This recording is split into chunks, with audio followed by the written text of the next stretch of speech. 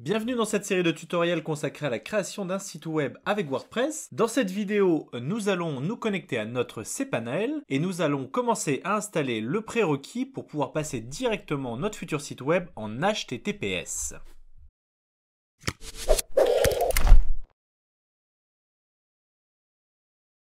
Normalement à cette étape, si tout s'est bien passé, vous avez dû recevoir un mail de confirmation envoyé par votre hébergeur sur lequel figure votre identifiant et votre mot de passe pour vous connecter à votre interface de gestion.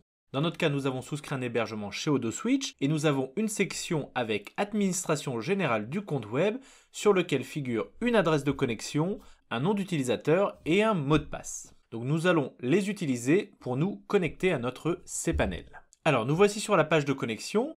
Il nous suffit à présent de rentrer notre nom d'utilisateur ainsi que notre mot de passe.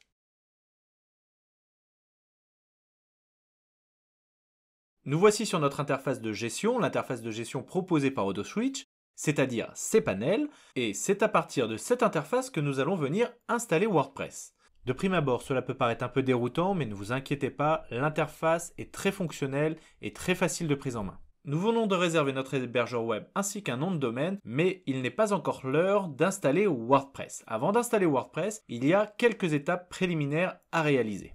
La première étape va être d'installer un certificat TLS sur notre futur site web, afin de pouvoir l'installer directement en HTTPS. C'est une action qu'il est souvent oubliée par les nouveaux créateurs, mais qu'il est préférable de réaliser avant même d'installer le CMS WordPress. Alors, qu'est-ce que c'est que le HTTPS? Le HTTPS est tout simplement un protocole de communication qui va venir crypter les données échangées entre un visiteur et un site web. Le HTTPS est tout simplement le cadenas que l'on va retrouver à gauche de votre URL dans la barre de navigation. Par exemple, si vous vous rendez sur Amazon, vous allez voir un cadenas vert à gauche de l'URL.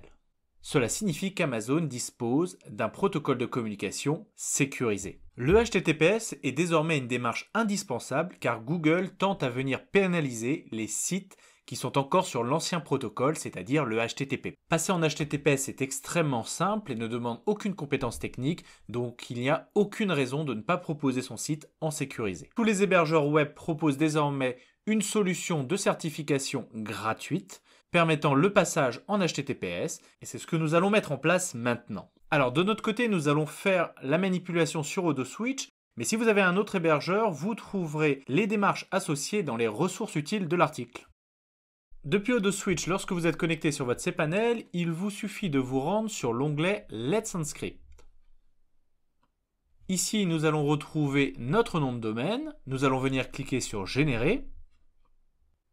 Ici, vous trouverez différentes cases à cocher, mais nous, ce qui nous intéresse, c'est seulement le mail et le nom de domaine. Donc, nous allons une nouvelle fois cliquer sur Générer. Et voilà, le tour est joué. Le certificat Let's Encrypt vient d'être associé à notre site Akohara. Vous pouvez voir désormais que celui-ci apparaît dans la liste des certificats. Cette démarche va nous permettre d'installer directement notre site WordPress en HTTPS et bénéficier du petit cadenas, qu'il soit gris ou vert, dès la mise en ligne de notre futur site web. Cette vidéo est terminée et nous attaquons tout de suite le prochain tutoriel sur l'installation de WordPress.